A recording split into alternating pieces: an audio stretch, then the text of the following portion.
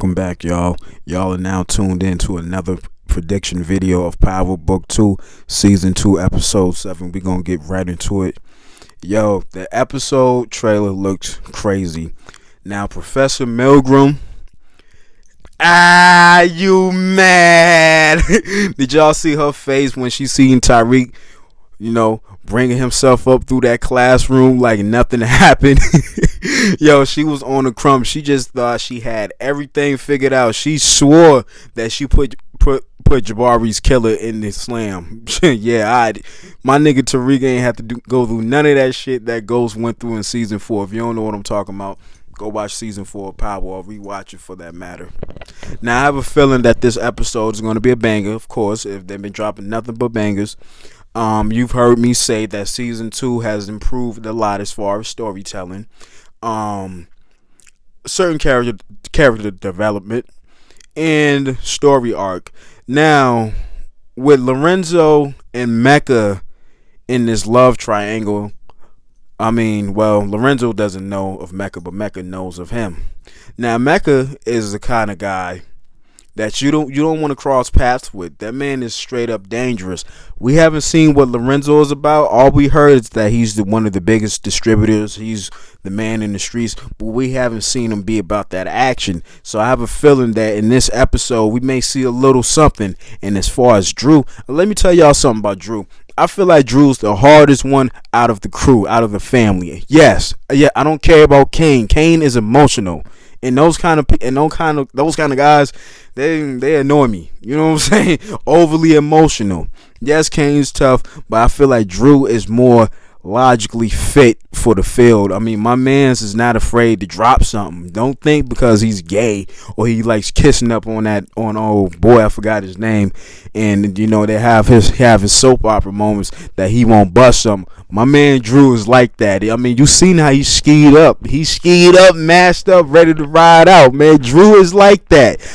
Drew is the most gangster one to me. He's a silent killer. So we get Tariq, and like I said in the previous video, that Tariq has to have his head on a swivel. Now, I seen an image online where Tariq had a woman in the back. I believe it may have been Diana. Yes, it may have been Diana, and Lauren was in the door entrance, and in between Diana, I'm sorry, not Diana. Yes, I'm getting mixed up. Lauren is the light skin. Diana, okay.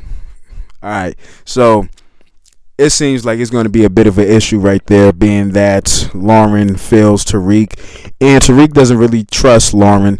He basically pulled an ATL moment, Nunu, like, give me my chain back, almost kind of scene. But Tariq is in over his head. He has a lot, and now he's in the spotlight of the law. If you watch the previous Power seasons, you'll see that no matter what Ghost did to try to elevate, you always had Cooper Sacks. You had what's her name? The black chick's name? What's her name? Tamika, I think that's her name. Always coming at Ghost. So now that Tariq has been in the system and he's on probation, and now his eyes, he's finally, this is what I said. Remember what I said in one of my prediction videos on my go back if you don't know. Listen, I said this. I said Tariq is going to be, he's going to be facing a lot of consequences. Things are going to start catching up with Tariq. Tariq is going to be held accountable for a lot of things. I said that a few months back, and now you finally starting to see, things starting to come in place. Now that he's being watched, now who do you have after him? Now you have Tamika. Now Tamika mentioned that he's going to be a bigger threat than his father, being that he's related. He is his daddy's son. So now that his daddy is dead, but he was a drug dealer, they look at Tariq. So it's going to be easy for Tariq to slip up and be a target. They want to get rid of Tariq, and Tariq has to keep his head on the swivel. He has to be 10 steps ahead of the boys. 10 steps. Now you have Monet and Mecca. Now, I feel like with this episode, I don't know why, I just have this feeling that something major is going to happen that's going to put Monet and Mecca in some kind of weird standpoint, to the point where Monet is really gonna have to make a choice. I mean, I can already call it. Is this thing, this little silly game, this love triangle thing, is not gonna last forever. At some point, she is gonna have to choose who she wants to be with. My only thing is, what are the consequences? What are the outcome? What is the outcome if Monet chooses Mecca? Is Lorenzo gonna come from Mecca? Is Lorenzo gonna wage a war against his little crew against Mecca's crew? I mean, understand something. They are two big street drug dealers, even though Lorenzo has been out the game for a minute due to his incarceration. I wouldn't be surprised if maybe not this episode or the next episode or the next episode, that whatever decision Monet makes is gonna lead to a war.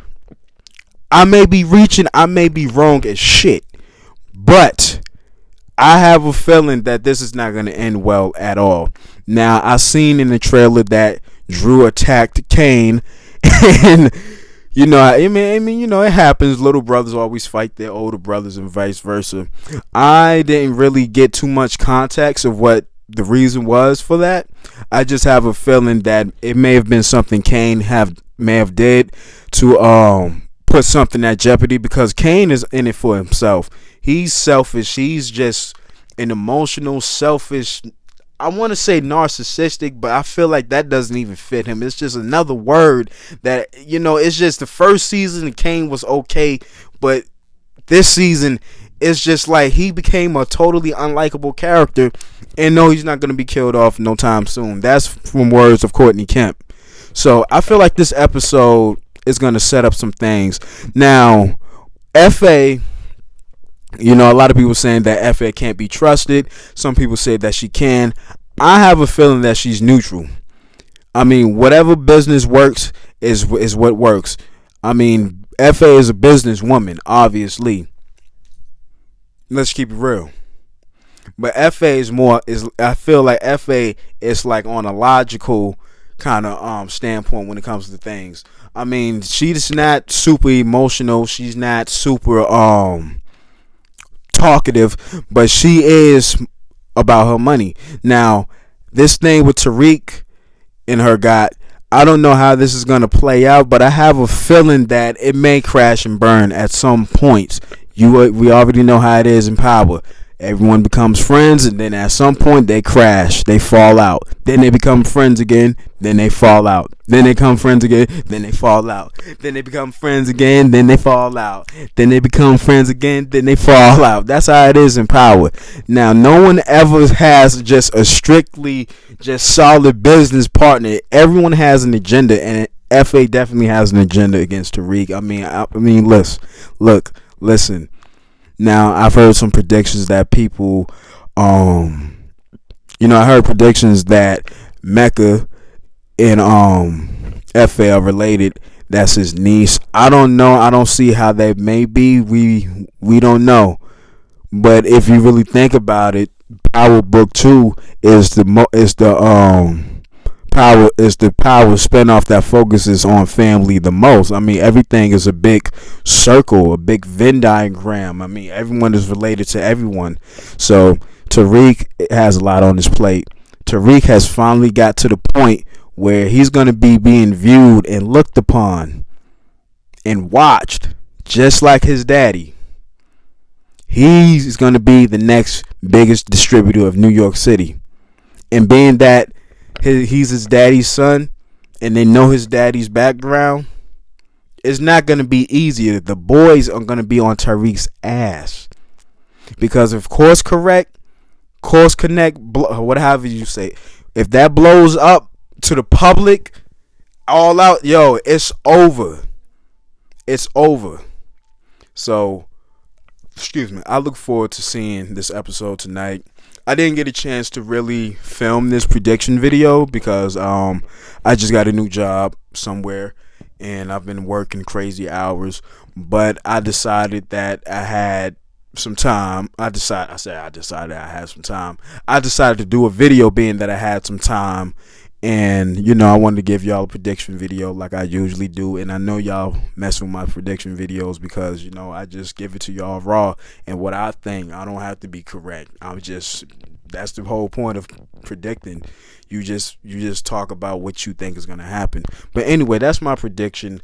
Um, yeah, y'all let me know what y'all think in the comments. What y'all think of the next episode, man. Yo, what y'all looking for in the next episode? How y'all feel about Tariq being out of jail so fast, and how y'all feel how y'all feel Milgram's gonna react when she sees Tariq out of jail? Because we just seen a little cut, a little shot.